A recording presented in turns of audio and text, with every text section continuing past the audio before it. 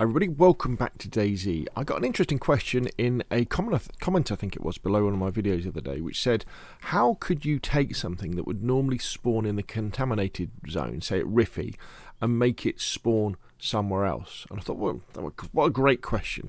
And I thought we could use this as a bit of a conversation about how DayZ chooses what to spawn and where to spawn. And we might as well throw in, how many and all this sort of stuff as well.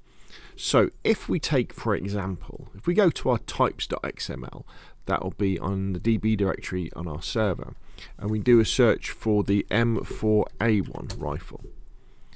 So this is the one of the most favourite weapons in the game, the M4A1. Unfortunately, the nominal is only 1. So on a vanilla server, only 1 spawns in at a time, and the minimum is 1 as well. So it's a very rare item to have. Then if we look down, we can see its category is a weapon, which makes sense, and its usage name is contaminated area. So that's the big clue. That means that this is only going to spawn in a contaminated area. The things we also always need to look at is this line here as well, the flags, because this can be very important and it trips people up. D-loot equals 0. So 0 means false, 1 means true. So it's not dynamic event loot. So it means it won't spawn in at helicopters, military convoys, the train crashes, that sort of thing. Won't spawn in there, and it's not crafted, so it's not something you make, and it's only counted on the map as well. So what this means, if someone actually does pick up the M4A1 that's at Pavlovo or at Rify, another one will spawn in time. So it's not like there's only ever going to be one completely. So as you can see, so it's quite rare. Now, something that this item doesn't have that other items have is a tier level as well.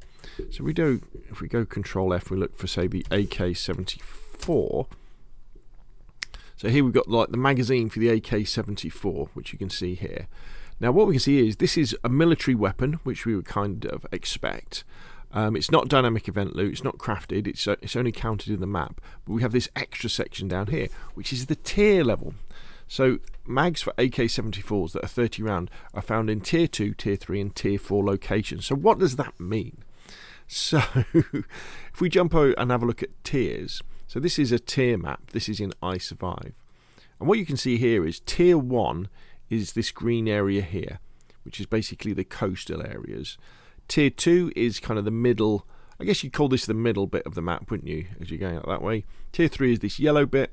And Tier 4 is these red parts here. So this is where you'll find the highest value loot, so the best weapons, that kind of thing. So kind of makes sense. You're up at Rify. Funny enough, Novaya Petrova, Sinistok, down to Vavilova and Lopatino, not around the northwest airfield, funnily enough.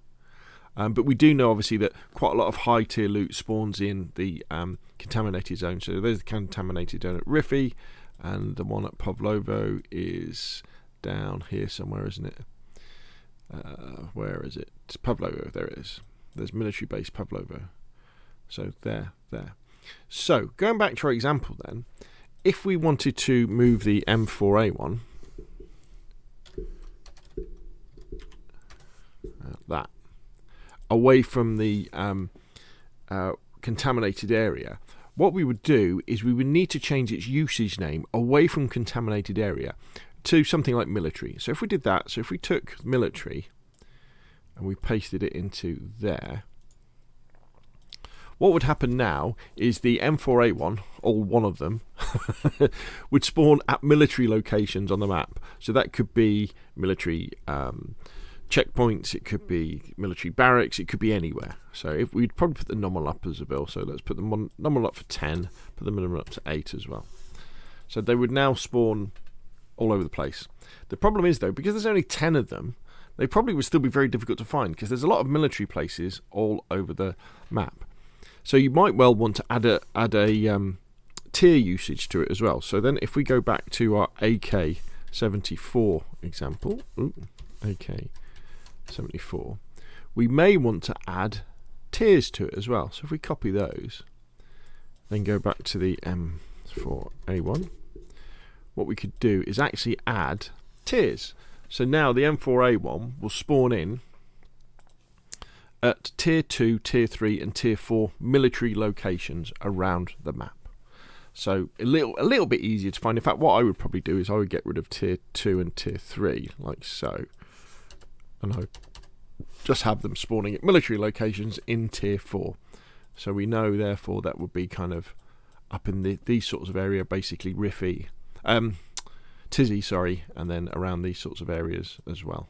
Ooh, didn't mean to do that. So it would kind of be a little bit better that way to do that. Now, something else you may want to do is you may want to say, actually, I'm sick and tired of trying to find helicopter crashes to find stuff. I want the stuff that's, some of the stuff that's in helicopters just to spawn in normal locations. So what you can do is if you copy DE loot equals 0 and do a find for that, and if we find them all in the current document, what we can do is we can look at them. So, sorry, I did say that. If we change dynamic event loot to 1, and find all in the current document, this is going to show us everything that spawns in at helicopter crashes, military convoys and train crashes, and you can go through them. So the Alice bag black, so that's the biggest like military bag you can get, as you can see, is dynamic event loot is 1, so it spawns at helicopters. Not only that, if we look here, it's counted in the map, yes, but it's also counted when players have them, counted when they put it in their hordes, and counted when it's inside something as well, so when it's inside a vehicle or something. So Alice bags are going to be, well, that particular one, the Alice bag black, is going to be incredibly rare because the game looks for it when players have got it as well. So the first thing you may want to do is say, well, I'll tell you what, let's take it out of helicopter crashes. So dynamic event loot equals, let's put 0 for that as well. And I'll tell you what, let's not count it in cargo, let's not count it in hoarder, and let's not count it in player either. Be very careful not to delete count in map, because if you delete that one, the Alice bags will start spreading across the map like tribbles in that Star Trek episode. They'll just spawn and spawn and spawn and spawn until your map crashes. So you can see now it's classed as a container because it carries stuff and its usage is military. But again, maybe what we'd want to do is go, let's have a look, AK-74. So maybe we want to add a tier to it like that. So let's go back to Alice, and then underneath there we could do that. So value equals tier 3, value equals tier 4. So now the Alice bags will spawn as normal floor loot, but will spawn at tier 3 and tier 4 military locations. Now if you're wondering, okay, so what are all the different kind of names for all the different stuff in the game, what I'll do is I'll put a link to this rather handy article on the DayZ fandom wiki. And what this has is it has a list of, I think, most of the tags, so clothes, containers, explosive food, tools, vehicle parts, weapons, and then the location tag. So this is where everything can go: coast, farm, firefighter, hunting, industrial. It's not always completely obvious where these things are. Sometimes you think it's obvious and some things it isn't. So for example, with hunting, if we look at hunting, it also includes camping areas, which I guess it's probably obvious, isn't it? But it might not be obvious to certain people. And so that's how you can make stuff spawn in different places. Now the thing that actually controls this, so if for example we could change, there we go. So if we took hunting for example, and then when we went back to our example of the M4A1, like that, what we could do with this is, if we then put this into hunting, like that, with the control V, that will now spawn in tier 4 hunting locations, the M4A1. So that's how you could do that. You could kind of mess around a little bit with things like that, I guess, to see how things go. Again, it would really change the flavour of the game. I think with certain things, it could make things more difficult to find, couldn't it? Which could be quite fun for people who've been playing DayZ for an awful long time. So if you want to delve even deeper into all this, about what actually controls all this, is if in the root serve, in the mission folder on your server, you have a file called mapgroup.pos.xml. What mapgroup.pos.xml does is it is a list of all of the structures that are on your map, and it tells the game what their orientation is. It doesn't spawn them in. It's important to remember that it doesn't spawn them, but it says, for example, at position 80 by 113 by 4422, there is a land miscellaneous feed shack. So it's one of those things that they're like a deer feeder, and it's at this yaw, and it's at this rotation. And then you have your map group proto.xml. Now, what your map group proto.xml does, this actually tells the game what should spawn in these particular places. So, in the case of a land shed M1, that is classed as an industrial place and farm. So it's industrial and farm, and it can take tools and containers, and then it gives you the coordinates where it should spawn them. So it's telling the game where it can spawn loot, like on some shelves or on some floor and stuff like that. So if you actually want to go in and understand how that works, by all means have a look at these files. I wouldn't mess around with them too much, but I guess what you could do is you could change, for example, the usage name on sheds to military, so that you would get military stuff spawning in.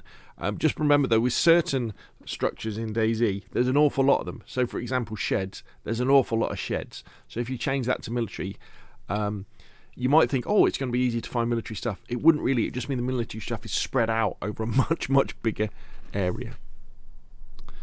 So I think we've covered everything, haven't we?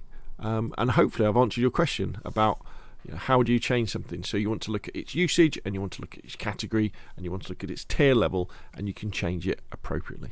So there we go. If you enjoyed the video, hit like. If you want to see more of the same, press subscribe. Obviously, if you've got any questions, please put them in the comments. I do make lists of all the things I see, even if I can't answer them, and add them to my list of to-do videos. And when I've got some spare time, I crack on. So thank you very much, and I'll see you again soon.